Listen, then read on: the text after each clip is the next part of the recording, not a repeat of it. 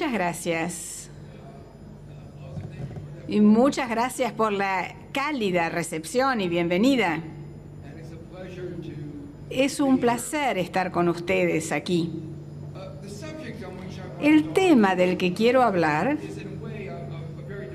es un tema muy deprimente. Es el problema de la deuda y la pregunta de cómo podemos resolverlo mejor, las alternativas que hay en cuanto a política. Lo sorprendente es que la crisis de la deuda y las crisis de deuda se han vuelto muy comunes durante los últimos 30 años. Han habido literalmente más de 100 crisis por deuda.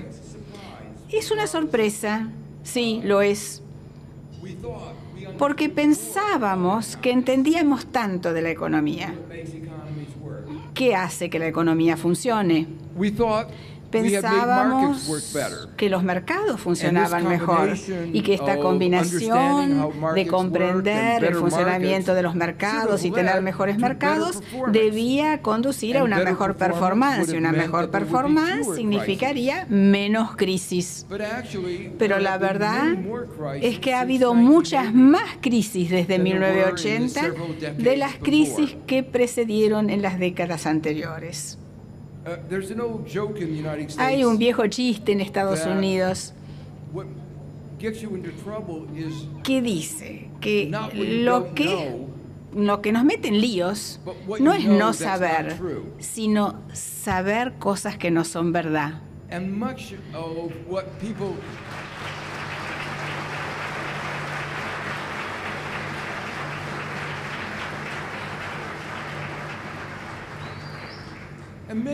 Y muchas ideas que prevalecían en el periodo del principio de la década del 80, ideas que tenían que ver con el neoliberalismo, el consenso de Washington, el modelo económico neoclásico, la verdad, estaban equivocadas. Y como resultado, las recetas de políticas que nos dieron no solo terminaron siendo grandes crisis de deuda, grandes deudas, sino serias crisis con consecuencias brutales. Y permítanme remarcar el tamaño de estas consecuencias. En Estados Unidos, la crisis que estamos padeciendo en muchas formas es hasta más pequeña comparada a que la crisis argentina. La recesión es enorme en Estados Unidos y ahora ya viene esa recesión durante más de media década, menos que la década perdida, esos 15 años perdidos que se asocian con la Latinoamérica de la década del 80, pero aún así las consecuencias han sido serias. La pérdida en el PBI, que ya da miles de millones de dólares, ¿no? Miles de millones. Y aún para un país rico es mucha plata. Y la consecuencia para Estados Unidos han sido serias. La fracción de la población que está en límites de pobreza aumentó. La riqueza de la mayor parte de los estadounidenses está en un nivel comparado con el principio de la década de 1990. Es decir, la mayor parte de los estadounidenses están peor posicionados hoy que hace 15 años. Y todos los aumentos en la riqueza de Estados Unidos durante las últimas 2 décadas han ido a los que están arriba. Es decir, les quiero recordar que las consecuencias de la crisis son brutales y que el hecho es que estas consecuencias vienen durando mucho cuando las crisis no se gerencian bien. Esta tarde quiero dedicarme a la crisis de la deuda. Si hay una crisis por deuda, se tiende a criticar al que tomó prestado. Porque se dice, el que tomó prestado, tomó demasiado prestado. Pero todos los préstamos tienen alguien que presta y alguien que toma prestado. Y los dos lo hicieron de voluntad. Los dos tenían voluntad de prestar y de tomar prestado. Y de hecho, el acreedor tiene tanta responsabilidad como el que toma prestado. Pero tal vez el acreedor es más responsable aún.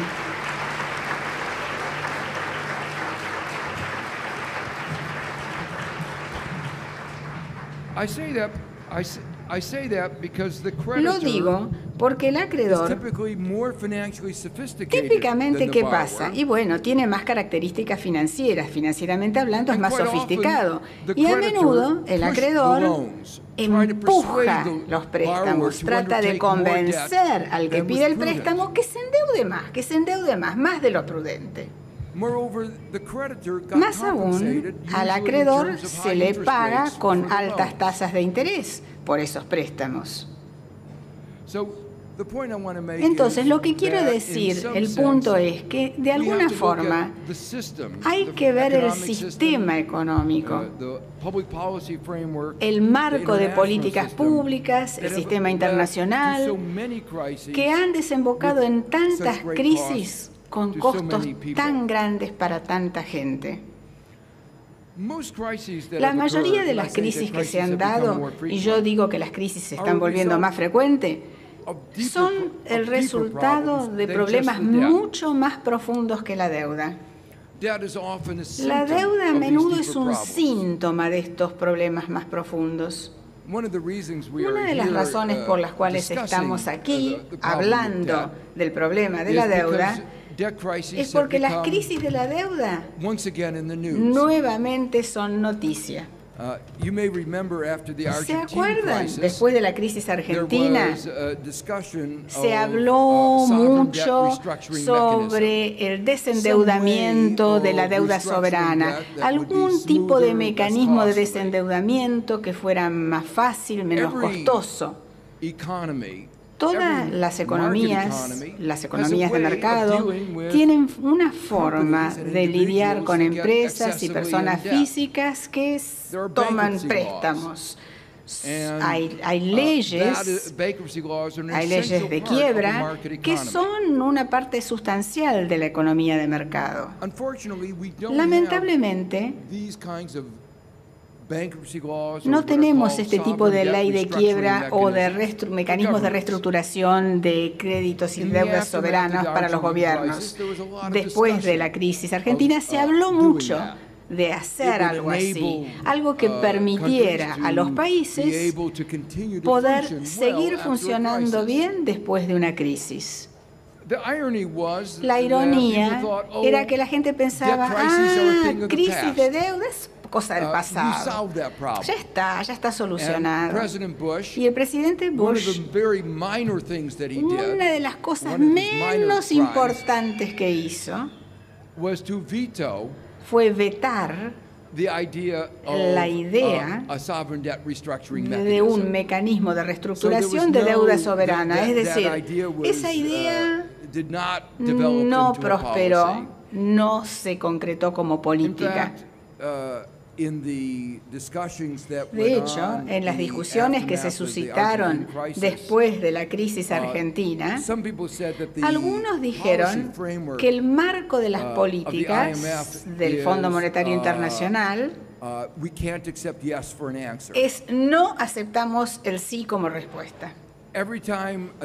Cada vez que se hacía un pedido, si la Argentina decía sí, la respuesta era no pedimos suficiente. Y entonces pedían más. Y el argumento era, hay que asegurarse de que el default sea bien doloroso, que duela mucho para que nadie más vuelva a incurrir en él. Bueno, como saben, el default está otra vez en el tapete. Y no en los mercados emergentes de los países en desarrollo, sino que esta vez es Europa. Y ya ha habido una reestructuración de la deuda griega.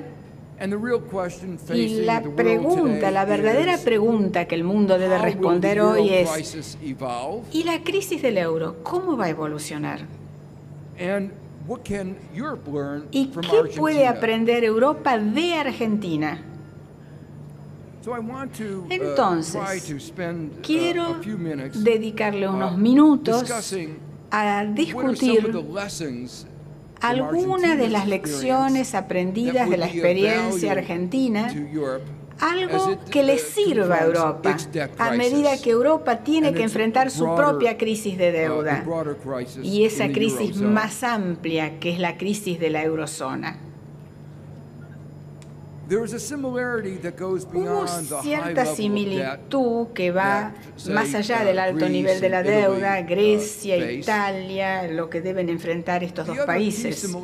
La otra similitud clave fue que antes de la crisis argentina, el peso argentino tenía una relación fija, una paridad con el dólar, y había una preocupación sobre cómo interrumpir ese mecanismo de paridad cambiaria. Europa ya se pasó de esa situación y ahora comparte una moneda en común.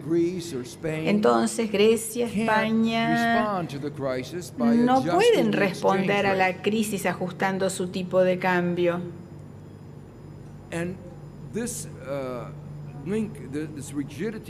Y esta rigidez en el tema del tipo de cambio, combinado con el endeudamiento, combinado con el hecho de que la verdad es que la deuda está en el euro, está en euros, que es la moneda en que Italia, Grecia, España, Irlanda no controlan en forma directa. Y este es el meollo del problema. Hay una cantidad de cuestiones y problemas estructurales que se refieren a la zona del euro, la eurozona. La verdad, esta tarde no hay tiempo para hablar de todos esos problemas estructurales fundamentales. El proyecto europeo era un proyecto político. Los líderes, los dirigentes de Europa comprendieron que Europa no estaba en lo que los economistas llamamos en una zona de una divisa óptima, como Argentina y Estados Unidos no lo están tampoco. ¿Qué significa? Significa que no eran un grupo de países con suficientes similitudes como para compartir la misma moneda. Son países muy disímiles tratando de compartir la misma moneda. Entonces vienen problemas de ajuste. Y el tipo de cambio es uno de los instrumentos que es importante como ajuste. Entonces, cuando se armó el euro, entregaron dos mecanismos importantes para ajustar los shocks del ajuste en las diferencias de desarrollo de los países. Resignaron el mecanismo del tipo de cambio y el mecanismo de la tasa de interés. Pero no lo reemplazaron con algo. Los dirigentes europeos pensaron que era un proyecto político, donde la política no era suficientemente fuerte para hacer que el euro funcionara. La convicción en ese momento era que en algún momento en el futuro la formación del euro crearía con su propia dinámica un mecanismo en el que pudieran crecer juntos y que al crecer juntos redondearían el proyecto y la economía funcionaría. Pero claro, siempre pasa, cuando la cosa anda bien o aparentemente la cosa anda bien, no pasa nada. Pero cuando aparece la crisis en enero del 2010 y apareció en Grecia, yo tenía esperanzas de que los dirigentes europeos se reunirían y completarían el proyecto. pero no lo hicieron. En parte, el motivo fue que no estudiaron lo aprendido de Argentina. Las razones son en parte que no entendían una crisis monetaria, una crisis de deuda. Y el resultado fue que la verdad es que salieron con un conjunto de políticas que empeoraron las cosas. Y empeoraron las cosas rápidamente. Increíblemente rápido fue. Cuando empezó la crisis, el ratio del PBI de Grecia estaba más o menos en 130%. Pero rápidamente, no, 110% era ese el ratio, pero rápidamente llegó a 250%. Lo hicieron de dos formas. La forma en que se puede incrementar el ratio del PBI en la deuda, que es bajando el PBI, es decir, matando la economía, y eso hace que el ratio de deuda en cuanto a PBI esté más alto. Entonces, sacaron unas políticas que debilitaron la economía. Al mismo tiempo, cobraron tasas altas, y subió la deuda. Y ya vamos a retomar de esto en un momentito, lo que esto implicó.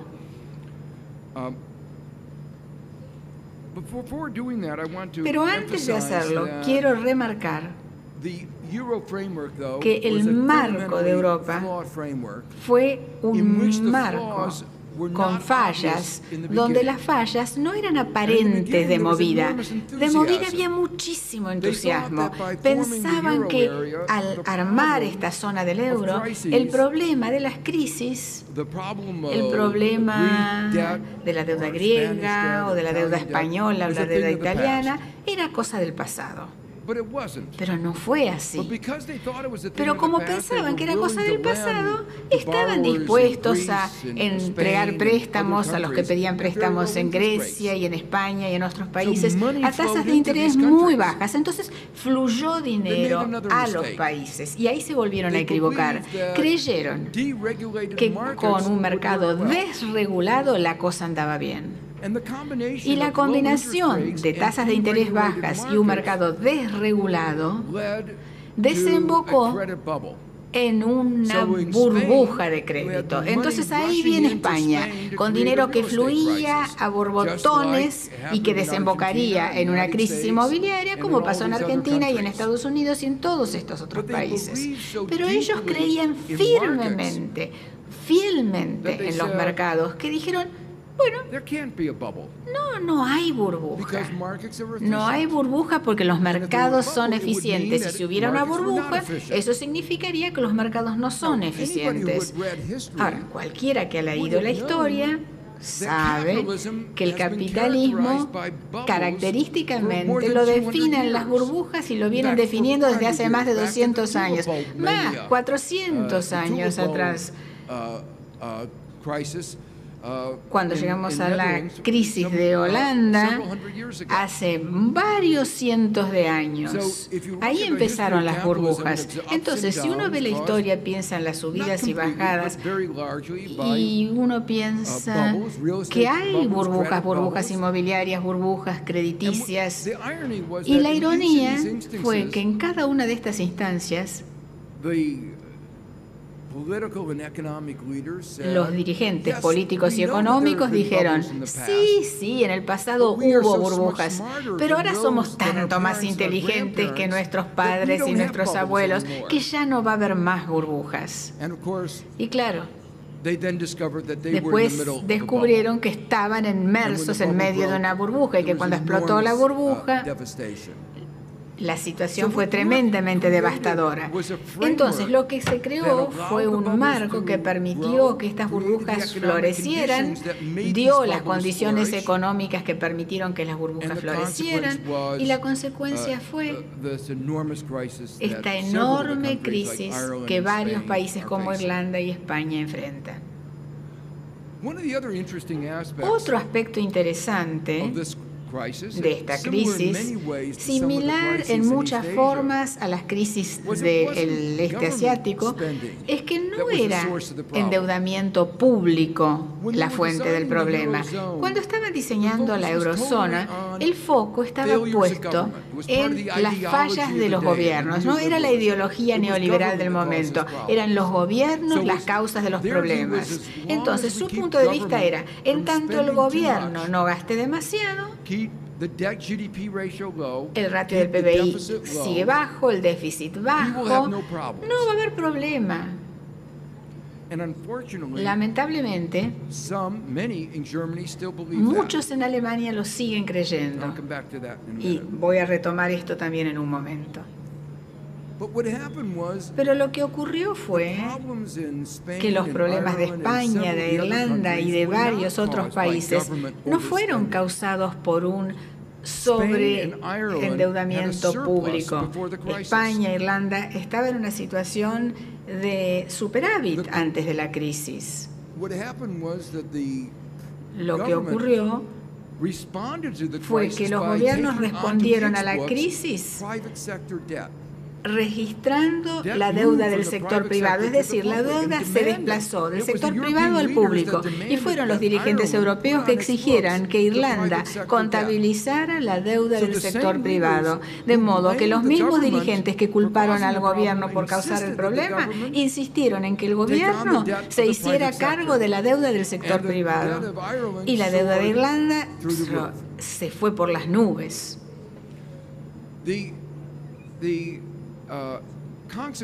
Las consecuencias de esto han sido obviamente la crisis de una gran parte de Europa.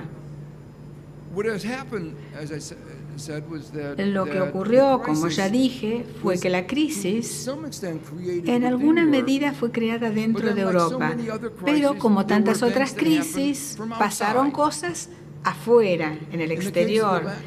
En el caso de la crisis latinoamericana de la década del 80, fue la Reserva Federal de Estados Unidos que subió las tasas de interés a niveles sin precedentes en la historia del país. Después de lo que los acreedores habían montado tanta deuda en Latinoamericana, es que la crisis de Latinoamérica se suscitó y se sobrevino la década perdida. En el caso de Europa,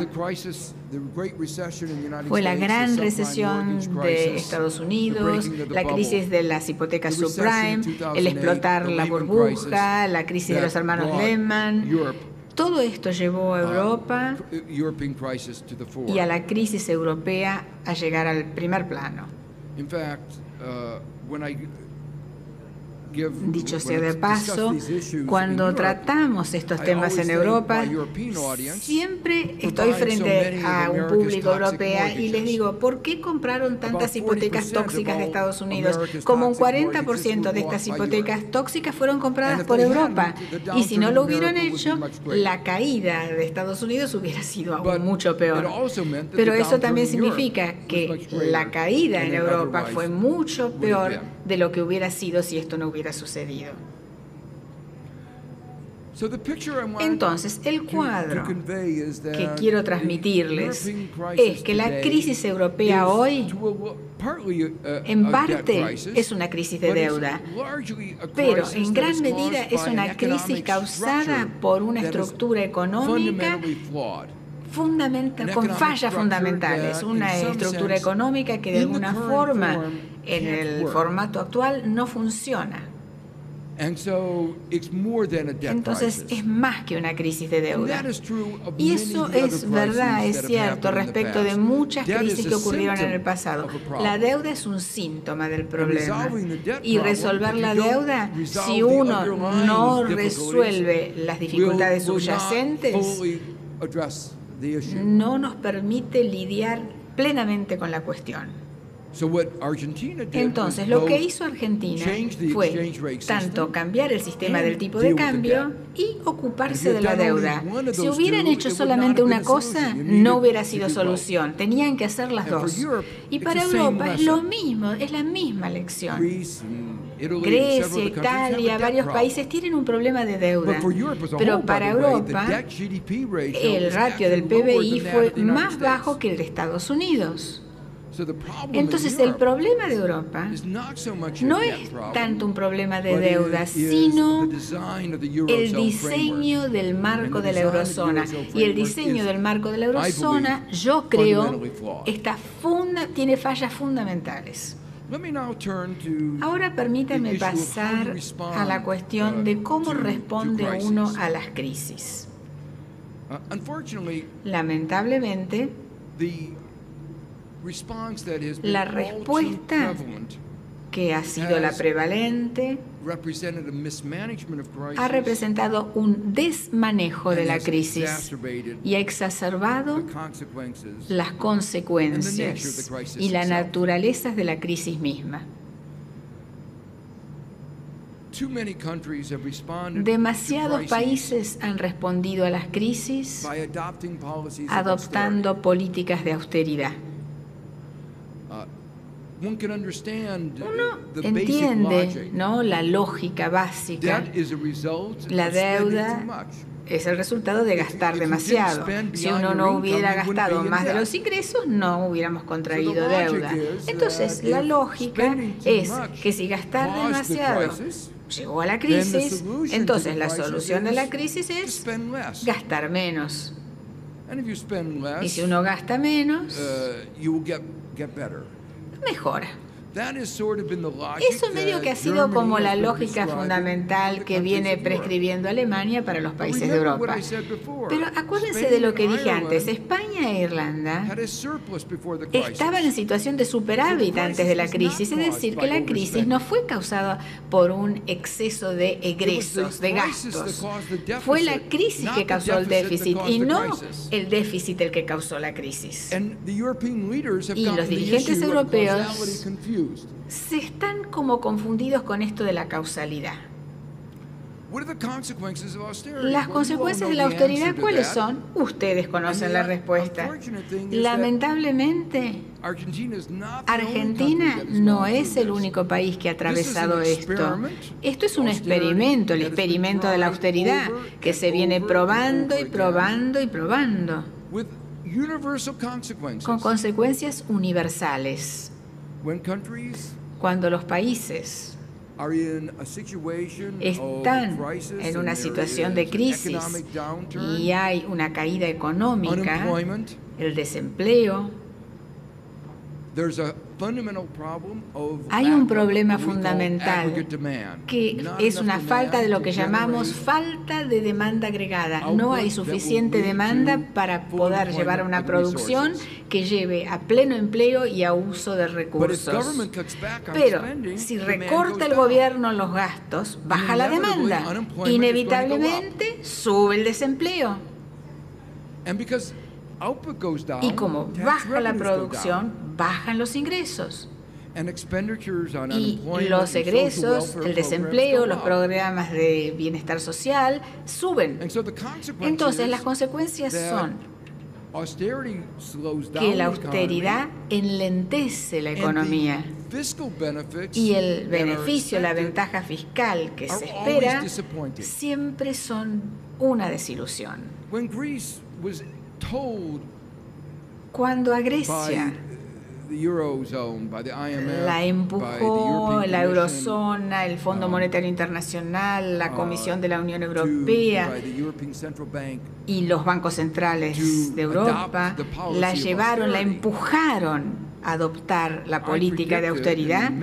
Yo predije, y muchos otros economistas predijeron, que las consecuencias serían una baja y una gran desilusión sobre las ventajas fiscales. Y fue exactamente lo que ocurrió. Y eso es lo que está ocurriendo en España, lo que ocurrió en Latvia, en Irlanda, lo que ha ocurrido en el Reino Unido. Cuando existen estos paquetes de austeridad, se enlentece la economía. Europa ahora está en recesión. España, Grecia están en depresión. El desempleo, la tasa de desempleo en España, por ejemplo, ahora está cerca del 25%. Y el desempleo entre los jóvenes está en más del 50%. Hay más gente joven desempleada que aquellos que tienen empleo. Un periodo en la vida de esta gente joven donde el capital humano, las habilidades, las competencias deben incrementarse. Y Europa está en proceso de destruir su capital humano, desperdiciando su recurso más valioso, la gente joven. No hay economía grande, y Europa lo es, que se haya recuperado de una caída económica, de una crisis con austeridad. Lo que hace la austeridad empeora las cosas cuando hay deuda.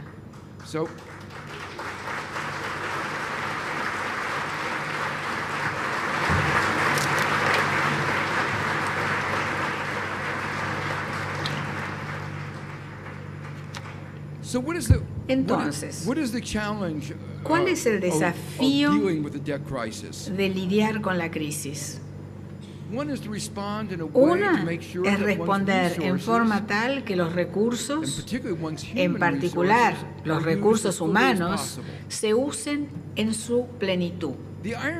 La ironía es que después de una crisis, los recursos humanos, los recursos físicos, los recursos de capital, los recursos naturales, están igual que antes de la crisis. La teoría económica estándar, basándose en mercados que funcionan bien, dice que uno debería usar todos los recursos plenamente. Y los mercados que funcionan bien significa que la demanda debe ser igual a la oferta, ¿no es cierto? Eso es lo que uno estudia en los cursos, en las clases de economía básica. Pero si la demanda y la oferta son iguales en cuanto a mano de obra, ¿qué significa? Debería haber pleno empleo. En Estados Unidos hay otro problema. No solo tenemos un alto nivel de desempleo, tenemos un problema de vivienda. Tenemos hogares vacíos y tenemos gente sin hogar, homeless. Demanda y oferta en cuanto a vivienda no funciona. Dicho sea de paso, no funciona todo el mercado hipotecario. Ahora el gobierno tiene que hacerse responsable de hacerse cargo de más del 90% de las hipotecas, porque el mercado privado, 5 años después de la crisis, aún sigue sin funcionar. Entonces, el primer objetivo de lidiar y atacar la crisis es cómo responder en forma tal que no desperdiciemos los recursos de la sociedad, especialmente el recurso más valioso, el recurso humano. Y la segunda cuestión es cómo responder en forma tal que no deje un legado de problemas para atacar en el futuro. Muchos países han tratado de atacar la crisis en un momento, pero al hacerlo terminan con una cantidad de distorsiones económicas, una cantidad de problemas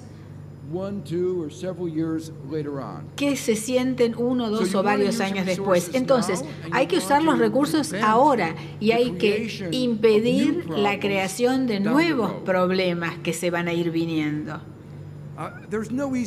No hay forma fácil, que lo quiero decir con toda claridad. No es fácil hacer todo esto a la vez.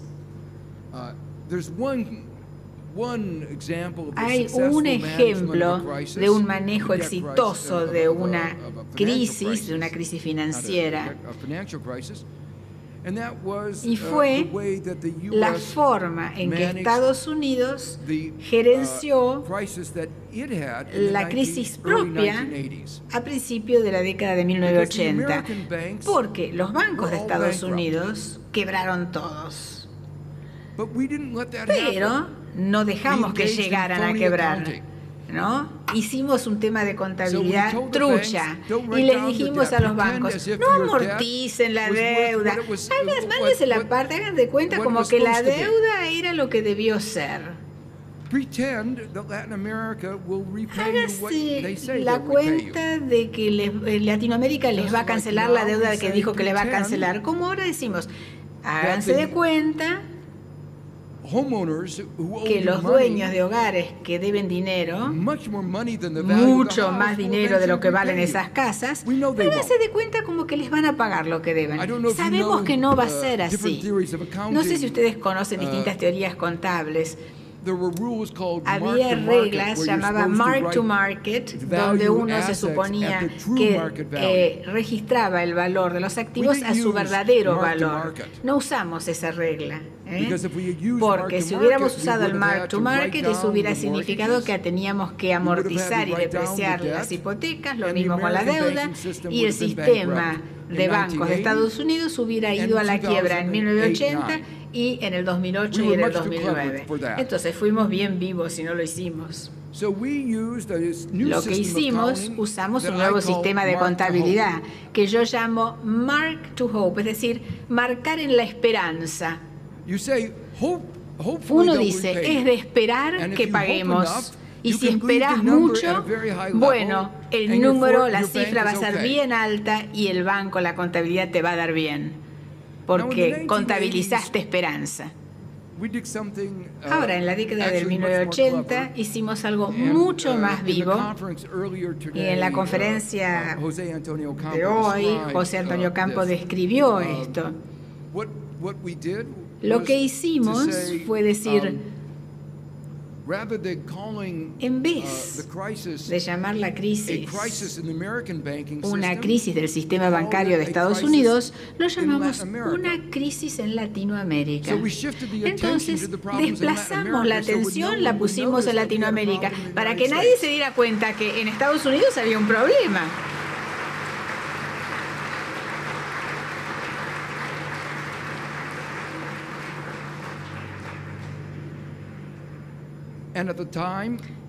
Y en ese momento, el FMI actuó como un cartel de acreedores. Juntó a los acreedores para negociar, se aseguró que los deudores no se juntaran, para que no pudieran negociar. Y exigieron una reestructuración donde grandes importes de dinero pasaban de Latinoamérica a América del Norte. Y crearon la década perdida de los 80. Ahora, hay que reconocer que Estados Unidos fue bien inteligente en solucionar su propio problema bancario. Se lo cargó a Latinoamérica.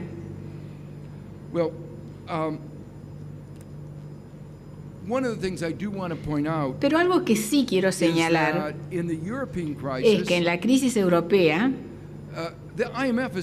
el FMI ha sido una fuerza sumamente positiva, ha producido grandes cambios en las políticas económicas y ha estado entre los tres negociadores de ocuparse del problema. El Banco Central Europeo, el Fondo Monetario y la Comunidad Europea ha sido bien positivo en las iniciativas que voy a describir. Es decir, ellos se dieron cuenta que algunos problemas fundamentales existían y trataron de atacarlos. Y hay una dificultad aún más que quiero plantear. Y esta es la dificultad de la incertidumbre.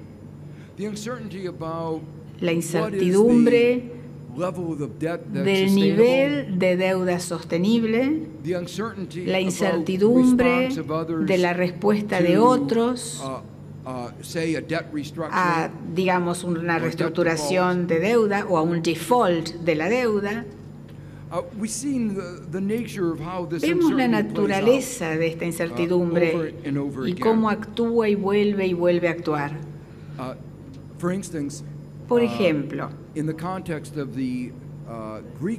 el contexto de la reestructuración griega, El Banco Central Europeo inicialmente dijo que esto debía ser una reestructuración voluntaria. También se reconoció ampliamente que la reestructuración debía ser bien profunda, es decir, amortizar la deuda en grandes cantidades, porque si uno lo hace de a poquito, en 2 años más, al prontito viene otra crisis. Entonces la pregunta fue, ¿cómo íbamos a conseguir una reestructuración profunda voluntaria? Los banqueros dijeron, no nos importa. La posición de los bancos centrales europeos fue como más rara en este sentido. Algunos de los bancos mejor gerenciados tenían pólizas de seguro contra un default. Se llaman swaps de defaults de crédito. Pero para que la póliza de seguro rindiera, tenía que ser, si no, no pagaba la póliza. Una de las condiciones era que la reestructuración debía ser involuntaria, no voluntaria. Entonces el Banco Central Europeo decía, queremos que la reestructuración se haga de forma tal que los bancos responsables que compraron los seguros no puedan cobrar las pólizas de seguro. Ahora, si uno tiene un incendio, lo que uno quiere es asegurarse que la compañía aseguradora te pague lo que se pierde. Y si uno es regulador bancario y hay un incendio, si el banco pierde dinero, uno diría, bueno, uno se quiere asegurar de que el banco cobre en base al seguro tomado, porque eso minimizaría la pérdida del banco. Fue un misterio. ¿Por qué el Banco Central Europeo insistía en una reestructuración de modo tal que las pólizas de seguro no pagaran? La verdad, la respuesta que algunos por lo menos sugirieron fue que otros bancos habían estado apostando al colapso de Grecia y que los que apostaban al colapso de Grecia perderían dinero si esto sucedía de forma tal que fuera un default, pero no perderían dinero si la crisis fuera una reestructuración voluntaria. Entonces, parecía que el Banco Central Europeo le preocupaba más los que jugaban entre los banqueros que a los bancos que realmente se interesaban por acciones y medidas cautas. Lo remarco por 2 motivos. Uno, para mostrarles que los bancos centrales no siempre actuaron según los intereses del país. Si les interesaba el país, el bienestar de Grecia, dirían, ¿cómo minimizamos la penuria de Grecia? ¿Cómo hacemos para que esta reestructuración ayude a la larga Grecia? Pero los bancos centrales a menudo los captan los banqueros que se supone están regulando y supervisando, y a menudo por los más especuladores de los bancos. Pero la cosa es que hay mucha incertidumbre y nadie sabe bien. Y una de las cosas que el sector financiero a menudo hace es usar tácticas de miedo para obtener lo que quieren. Dicen, si no hacen lo que queremos que hagan, se acabó el mundo. Y esto lo hicieron muy bien.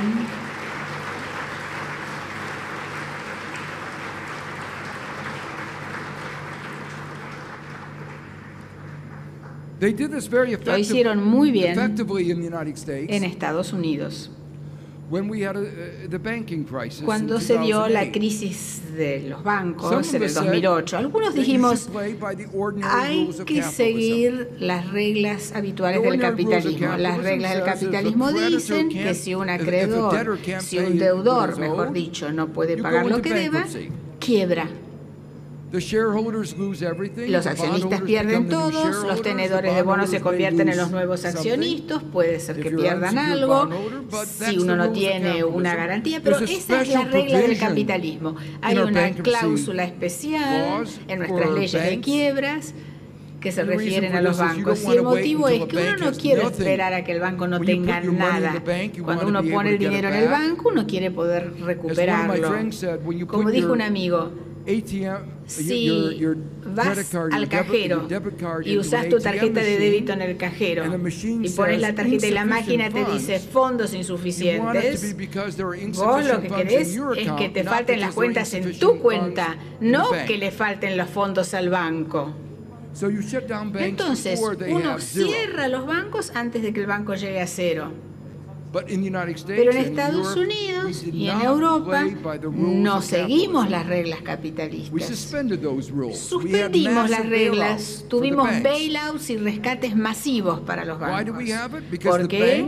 Porque los bancos asustaron, aterrorizaron a la gestión de Bush y a la de Obama y le dijeron, si siguen las normas del capitalismo, se acaba el capitalismo que conocemos. Hubiera sido, sí, el fin del capitalismo que ellos conocen. Sí, señor. Es decir, rescates, mundos donde el sector financiero rescata y rescata y vuelve a rescatar. Pero eso hubiera sido bueno. Que esa forma de lo que yo llamo mal capitalismo hubiera terminado.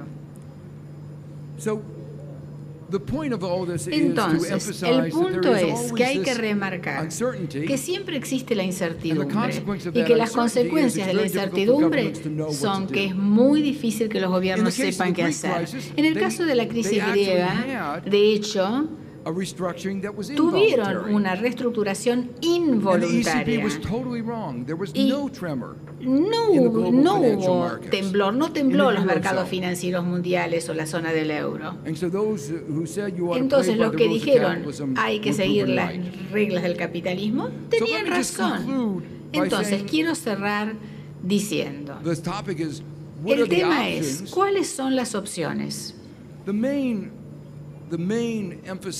El énfasis principal cuando hay un problema de deuda excesiva, y recuerden que dije deuda excesiva causada tanto por el que toma el préstamo como el que presta, es un contrato conjunto.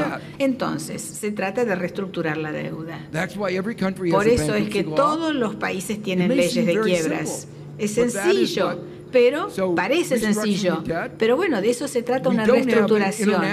No tenemos un código de quiebra internacional porque vetaron la idea. Entonces los países tienen que hacerse cargo ellos solitos. Entonces lo llamamos default. Pero la verdad que suena mejor decir reestructuración de deuda. Cuando se reestructura la deuda, las consecuencias, uno tiene que tener conciencia de ellas y uno tiene que tomar medidas para responder a esas consecuencias. Por ejemplo, que el flujo del crédito se mantenga. Uno no debe ignorar, no debe pretender que será fácil. Argentina mostró que no fue fácil, que hubo causas serias, pero también mostró que es posible responder a la crisis. Y lo que vino después de la deuda anduvo bien. Y la teoría económica dice que si uno gestiona este proceso bien, se reestructura la deuda, la economía tiene posibilidad de seguir adelante. Y el crecimiento de Argentina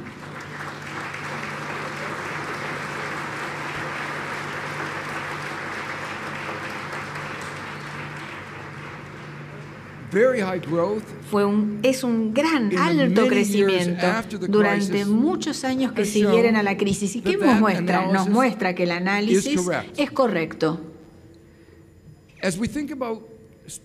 Pensamos en España, por ejemplo. Salvo que ocurra algo, salvo que Europa reforme su estructura, esta depresión no parece tener fin. No hay forma de salir en el marco actual. Los dirigentes europeos no encuentran alternativa. Entonces, salvo que reformen el marco europeo, el futuro es negro. Hay una alternativa. Esa alternativa no es fácil, no es automática, pero ofrece una perspectiva que es mejor que esa perspectiva negra que vemos en el marco actual. Por último, mi comentario final es que aún si tenemos éxito en los años inmediatamente seguideros que siguen a la reestructuración de la deuda, ello no es garantía de que la vida será un jardín de rosas en el futuro. Todos los periodos tienen sus propios desafíos. Hubo una cantidad de años de éxito y luego viene la crisis financiera global del 2008. Y cada periodo económico, cuando uno responde a él, tiene que encontrar una forma novedosa de hacerlo y que refleje las nuevas realidades de ese periodo. Y Argentina ahora enfrenta esos nuevos desafíos. Una continuación de la crisis que empezó en el 2008, una posible exacerbación de la crisis con la crisis de la eurozona actual. Ojalá que Argentina tenga suerte y que enfrente estos desafíos que se vienen con éxito. Gracias.